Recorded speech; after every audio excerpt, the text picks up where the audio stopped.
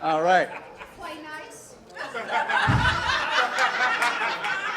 Now that we've established how weird Alex is, I think it's high time for a roast. What do you say?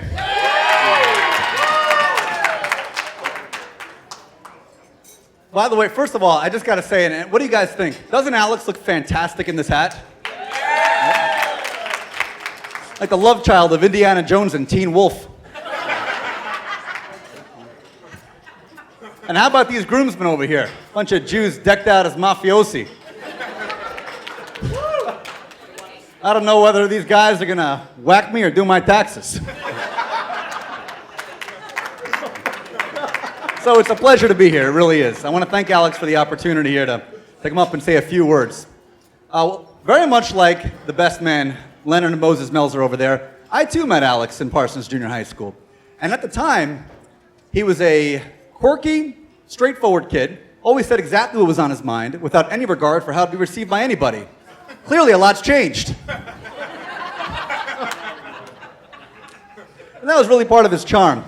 Parsons Junior High School, as Lenny referred to earlier, was the kind of prison where you felt Morgan Freeman really should have been narrating the entire experience. Well, after Parsons, Alex and I graduated and went to the low-budget RFK High School, the low-budget lap of luxury, as we called it.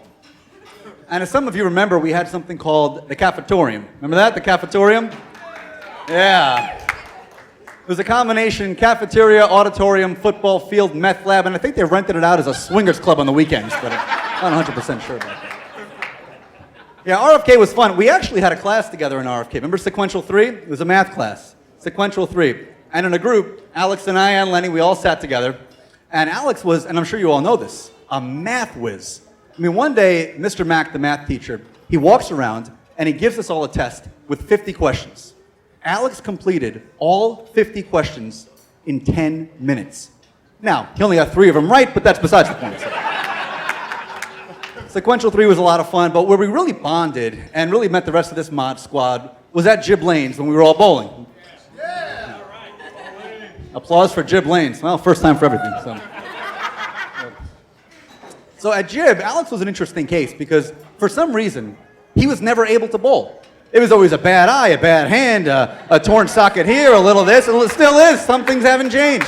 Always something, soft tissue injury, whatever it was. So am I. Well, we're at Jib Lane's, and he's nursing his bad knee. This is in high school.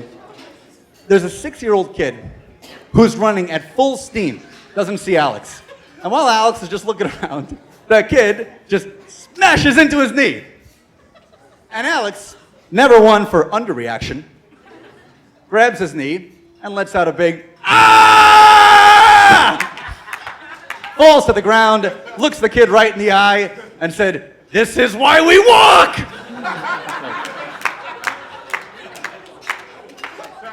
17. So Jib Lane's was a great time, but after graduation, the neighborhood around us got significantly more dangerous when Alex got his license.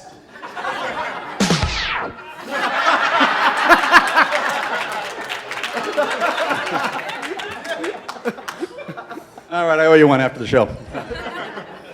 Now, I'm not going to rag on him because anybody who really knows Alex knows that he really actually is an excellent driver. I mean, I don't think there's anything wrong with going 85 in a school zone.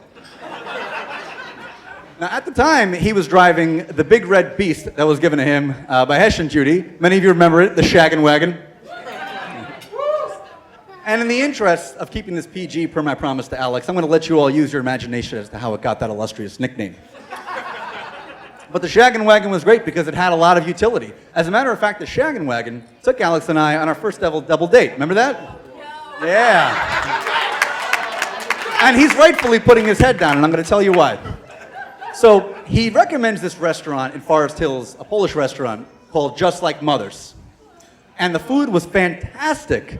You know, if 2-month-old dog food is your thing. So the 4 of us are out there, and then the bill comes. And Alex looks at me and said, "I have no money." I said, "You have no money?" "I have no money." So I end up paying for all 4 of us. Now, it's bad enough paying for 2 people, but now I got to pay for 4 plates of dog food. But don't worry, buddy. I took it out of your gift.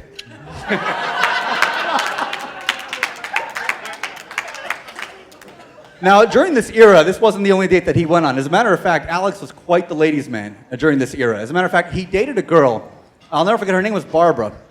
And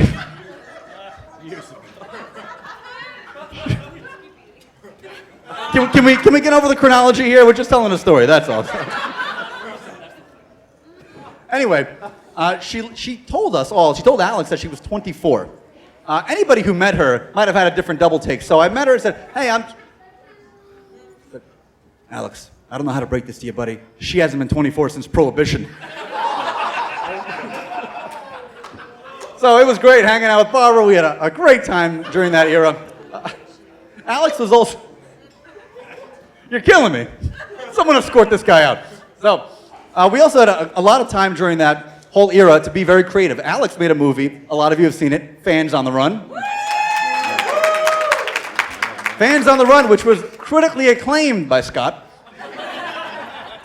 It was really a great film. It starred everybody in the neighborhood, including the father of the groom, who posed the question that had been pondered, my man, since the beginning of time.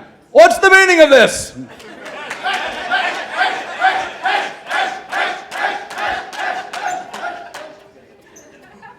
The Fans on the Run was great, but then Alex decided he's going to drop a bomb on all of us.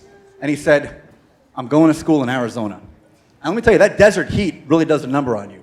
I mean, he was talking crazy, rambling, acting weird, and then he moved to Arizona. Well, he came back a couple years later to a hero's welcome and ended up in the industry of his dreams, editing movies that were fun for the whole family.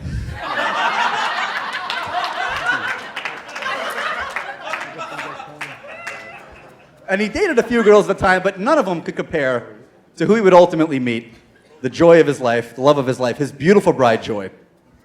And we were all super excited to meet her, and we knew that she was the right girl for Alex when she was completely okay with his, well, how should we say, unique pet collection. As a matter of fact, he's the only guy I know who calls the exterminator to get tips on how to attract rats.